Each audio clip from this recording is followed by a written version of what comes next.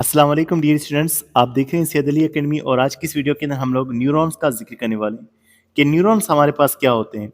तो न्यूरॉन्स की बात करें तो लिखा हुआ है the neuron is a functional and structure unit of nervous system. Nervous system का फंक्शनल यानी कि नर्वस सिस्टम के अंदर काम करने वाला और स्ट्रक्चरल यानी नर्वस सिस्टम को बनाने वाला एक हिस्सा जो है वो न्यूरॉन होता है।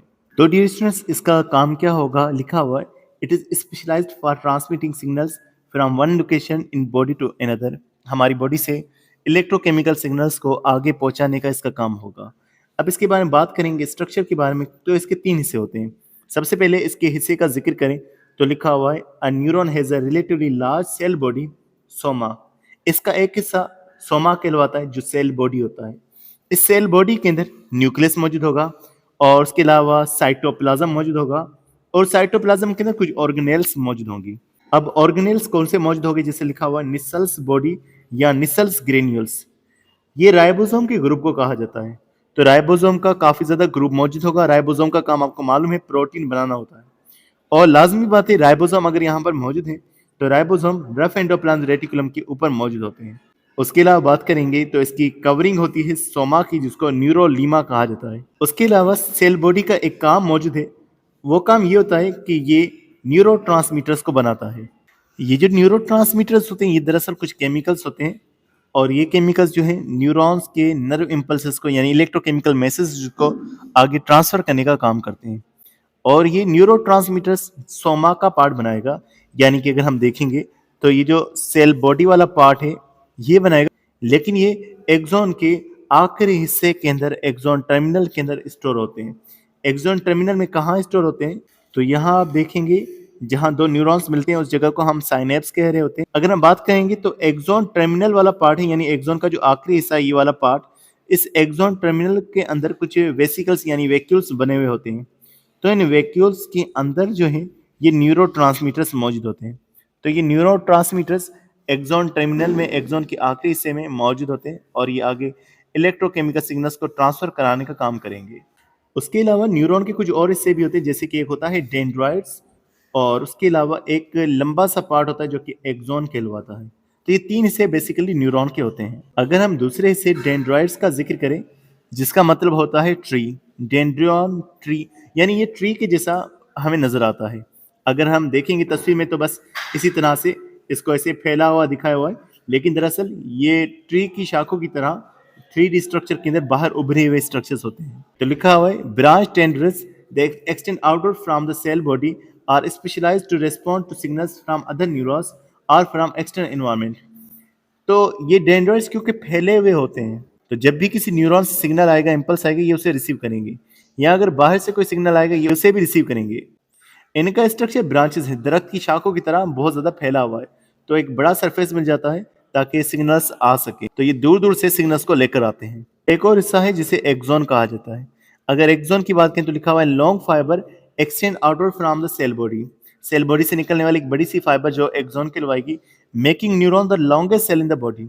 और एक न्यूरॉन हमारी बॉडी का सबसे लंबा सेल होता है, ये इसी एक्सॉन की वजह से। एक्सॉन का फैला हुआ स्ट्रक्चर न्यूरॉन को बड़ा सेल बनाता है। इस एक्सॉन के अंदर जो है साइटोप्लाज्म होगा, तो लिखा हुआ है the cytoplasm of axon is called axoplasm covered with axolemma. इसके अंदर फ्लूइड मौजूद होगा, एक्सोप्लाज्म कहा जाएगा, और उसके अंदर लेयर मौजूद होगी, उसे एक्सोलीमा कहा जाएगा। Axon is primarily involved in carrying the electrical signals from the cell body to the neuron ending and transmitting it to other neurons or effectors। Axon का बेसिकली काम ये होगा कि ये जो है उन इलेक्ट्रोकेमिकल सिग्नल्स को आगे भेजेगा जो इसके पास रिसीव होंगे सेल बॉडी में से, तो उन्हें आगे दूसरे न्यूरॉन तक भी पहुंचा सकता है या उसे इफेक्टर यानी मसल्स और ग्लैंड तक भी पहुंचा सकता है। ये ध्यान में रखिएगा, मोटर न्यूरॉन्स का एक्सॉन बहुत बड़ा होता है, इसी वजह से एक न्यूरॉन 1 मीटर तक का लॉन्ग भी हो सकता है। फिर हम जिक्र करते हैं न्यूरॉन के साथ जुड़े हुए कुछ और सेल्स के बारे में जिन्हें न्यूरोगीलिया या गीलियल सेल्स कहा जाता है। तो लिखा हुआ है structurally functioning neurons are supported by supporting cells which are collectively called neuroglia. Neurons के साथ में कुछ सेल्स जुड़े हैं जो न्यूरॉन को सपोर्ट करते हैं, उसके काम में हेल्प करते हैं, उन्हें न्यूरोगीलिया कहा जाता है। इनके काम कौन से होंगे जो न्यूरॉन को मदद कर रहे हैं, लिखा हुआ है they serve a variety of function including supplying the neurons with nutrients. Neuron को न्यूट्रिएंट्स देने का काम करेंगे, removing waste from the neuron, neuron में से वेस्ट प्रोडक्ट को निकालेंगे, guiding axon migration. Guiding axon migration का अगर हम जिक्र करें तो इसका मतलब ये होता है कि जब हमारी डेवलपमेंट हो रही होती है तो उस डेवलपमेंट के टाइम पर एक्सॉन हमारे जो है वो भी मूव करते हैं और मुख्तलिफ बॉडी पार्ट्स में ये चले जाते हैं। तो जब एक्सॉन हमारे मुख्तलिफ बॉडी पार्ट्स में जा रहे हैं तो उसे गाइड करने का काम न्यूरोगीलिया यानी गीलियल सेल्स का वहाँ पर होगा। और उसके अलावा लिखा हुआ है प्रोवाइड इम्यून फंक्शन, और इम्यूनिटी भी प्रोवाइड करेंगे। उसके अलावा ये एक्सॉन को प्रोटेक्शन भी प्रोवाइड करेंगे।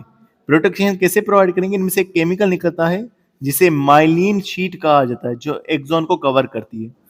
तो माइलिन को भी ये प्रोड्यूस कर रहे होते हैं। आगे लिखा हुआ है neuroglia are of two types, Schwann cells and oligodendrocytes.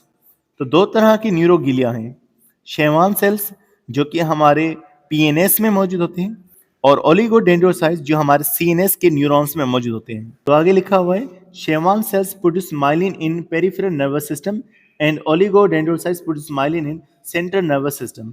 तो सेंट्रल नर्वस सिस्टम के अंदर ओलिगोडेंड्रोसाइट्स माइलिन को प्रोड्यूस कर रहे हैं, और शेवान सेल्स जो हैं ये प्रोड्यूस कर रहे होते हैं पेरिफेरल नर्वस सिस्टम के अंदर माइलिन शीट को।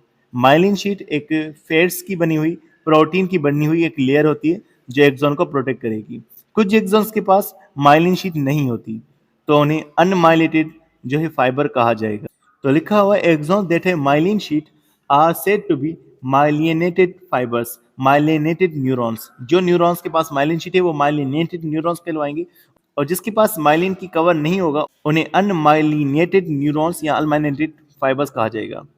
अब एक्सॉन जिसमें माइलिन शीट भी मौजूद है, लेकिन दो माइलिन शीट के बीच में कुछ गैप आ जाता है।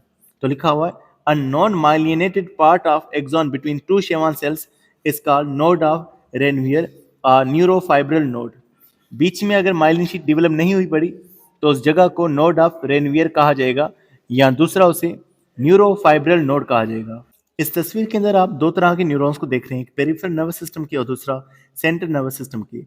अगर आपको पार्ट्स का कहा जाए तो आप कमेंट में लिखिएगा ये वाला पार्ट कौन सा होगा।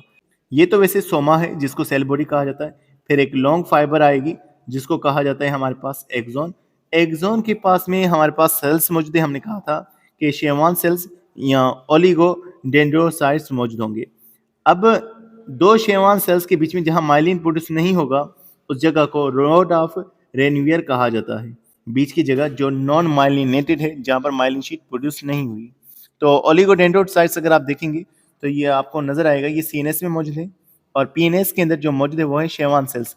काम इन दोनों का एक ही माइलिन शीट को प्रोड्यूस करना, जो एक्सॉन को प्रोटेक्शन प्रोवाइड करेगी। और ये जो है लिपोप्रोटीन की बनी होती है, यानी कि लिपिड्स और प्रोटीन की बनी लेयर होती है माइलिन शीट। अब हम जिक्र करते हैं न्यूरॉन्स की टाइप्स के बारे में। तो बेसिकली न्यूरॉन्स तीन तरह के होते हैं। सबसे पहले आते हैं हमारे पास सेंसरी न्यूरॉन्स। यहाँ ये जो लफ्ज अफरेंट मौजूद है, अफरेंट न्यूरॉन हम इसको कह रहे हैं सेंसरी न्यूरॉन को। आपने अफरेंट का लफ्ज जो है आर्टिस में भी पढ़ा था, जब आपने ग्लोमोलस को डिस्कस किया था तो वहां पर भी अफरेंट और इफरेंट आर्टियोल मौजूद था। अफरेंट का मतलब है लेकर आने वाला। तो जो न्यूरॉन्स इंफॉर्मेशन लेकर आ रहे हैं उन्हें सेंसरी न्यूरॉन्स या लेकर आने वाले न्यूरॉन्स कहा जाएगा। तो लिखा हुआ है these neurons are generally found in sensory organs such as eyes, nose, skin, tongue and ear. हमारे सेंस ऑर्गन्स में मौजूद हैं। These nerve cells are triggered by chemicals and physical inputs of our environment. अगर हमारे पास कुछ chemicals आ रहे हैं या फिजिकल कोई चीज़ आ रही है तो ये उस वजह से एक्टिवेट होते हैं। अब वो फिजिकल चीज़ें कौन सी, उसकी साउंड हो गया, हीट हो गया, लाइट हो गया। लाइट हमारे पास एक एनर्जी है, तो हीट भी हमारे पास जो है एनर्जी, तो इनसे ये स्टिमुलेट हो सकते हैं। These sensory neuron facilitate the movement of sensory impulse from receptor to the central nervous system. तो सेंट्रल नर्वस सिस्टम तक ये इंफॉर्मेशन लेकर जाते हैं रिसेप्टर्स में से। फिर हमारे पास आते हैं मोटर न्यूरॉन्स, जिनको इफरेंट न्यूरॉन कहा जाता है, यानी कि लेकर जाने वाले न्यूरॉन्स। तो लिखा हुआ है these neurons are the ones that facilitate the transmission of motor impulses from central nervous system to the effector. CNS से इफेक्टर तक ये इंफॉर्मेशन को लेकर जाते हैं। These type of neurons play a major role in voluntary and involuntary movement of our body, क्योंकि ये हमारे मसल्स के साथ भी जुड़े होते हैं। तो जब हमारी बॉडी की मूवमेंट हो रही होती है मसल्स की, तो वॉलंटरी मूवमेंट में ये हेल्प करा रहे हैं, या जब ये हमारे ऑर्गन्स के साथ में जुड़े होंगे तो वहां पर इनवॉलंटरी मूवमेंट में भी हेल्प कर रहे होंगे। फिर हमारे पास तीसरे न्यूरॉन्स आते हैं जिनको इंटर न्यूरॉन्स कहा जाता है या एसोसिएशन न्यूरॉन्स कहा जाता है, यानी कि दो न्यूरॉन्स के बीच में मौजूद होने वाला। तो लिखा हुआ है these neuron act as mediator between sensory neurons and motor neurons at the central nervous system। CNS के अंदर इंटर न्यूरॉन्स मौजूद होते हैं यानी कि अगर इन्फॉर्मेशन सेंसर न्यूरॉन्स के पास पहुंचेगी तो वो इंटर न्यूरॉन्स के पास पहुंचेगी, इंटर न्यूरॉन्स को समझ करके कमांड जारी करेगा जो कि मोटर न्यूरॉन्स के पास चली जाएगी। तो लिखा हुआ it help in smooth transmission of signals, signals को ट्रांसमिट करने में ये हमारे पास हेल्प कर रहा होता है। तो तस्वीर में आप देखेंगे तो हमारे पास सेंसरी न्यूरॉन को डिस्कस किया गया है। फिर सेंसरी न्यूरॉन आगे चल करके हमारे पास इंटर न्यूरॉन के साथ कनेक्ट होगा जो कि एसोसिएटिव न्यूरॉन है, और फिर इन्फ्रेंट न्यूरॉन जो है यानी कि मोटर न्यूरॉन के पास वो इन्फॉर्मेशन चली जाएगी। पाथवे में भी एरो से जाहिर किया गया है कि पहले इन्फॉर्मेशन यहाँ से डेंड्रॉइड से पहुंचेगी इस हिस्से में, फिर उसके बाद इससे मोटर न्यूरॉन के पास पहुंचेगी इंटर न्यूरॉन से। इस तरह से ये हिस्सा जुड़ा होगा हमारे पास मसल से या ग्लैंड के साथ ही जुड़ा होगा। अगर आप यहाँ पर ये 3D स्ट्रक्चर में देख रहे हैं तो ये हमारे पास मौजूद है डेंड्रॉइड्स। तो ऊपर वाले एक एपिकल और दूसरे बेसल डेंड्राइट्स, फिर बीच वाला हिस्सा हमारे पास होगा सेल बॉडी का। डेंड्राइट्स को आप देखेंगे तो ये फैले हुए स्ट्रक्चर्स हैं, येलो कलर से फैला हुआ स्ट्रक्चर है जो कि हमारे पास इंफॉर्मेशन को कलेक्ट करके लेकर आता है। फिर उसके बाद हमारे पास सेल बॉडी का हिस्सा, फिर सेल बॉडी के नीचे का जो हिस्सा हमारे पास मौजूद है, हमने कहा कि इसके साथ कुछ सेल्स जुड़े होंगे जो कि ओलिगोडेंड्रोसाइट्स कहलवाएंगे। ये सीक्रेट करते हैं माइलिन शीट को, तो माइलिन शीट मौजूद होगी न्यूरॉन के ऊपर। उसके अलावा एक्सॉन में जो नॉन माइलेटेड पार्ट होगा जो कि नोड ऑफ रेनवियर कहलवाएगा, और ये हमारे पास एक्सॉन का पार्ट होगा। तो इस तरह से आप इस न्यूरॉन को देख सकते हैं स्ट्रक्चर को जो कि 3D के अंदर मौजूद है। कुछ और सेल्स भी इसके साथ में एसोसिएटेड हैं, उनको हम डिस्कस नहीं करें क्योंकि आपकी बुक में उनका मेंशन नहीं किया गया। एक्सॉन का आखिरी हिस्सा जैसे कि हमने कहा था कि वो एक्सॉन टर्मिनल कहलवाता है, तो एक्सॉन का आखिरी हिस्सा भी यहाँ पर आपको नजर आ रहा है। तो डियर स्टूडेंट्स, आज के लिए बस इतना था। उम्मीद करता हूँ वीडियो आपको पसंद आई होगी। तो मिलते हैं नेक्स्ट वीडियो में, तब तक आप बहुत सारा ख्याल रखिएगा। अस्सलाम वालेकुम।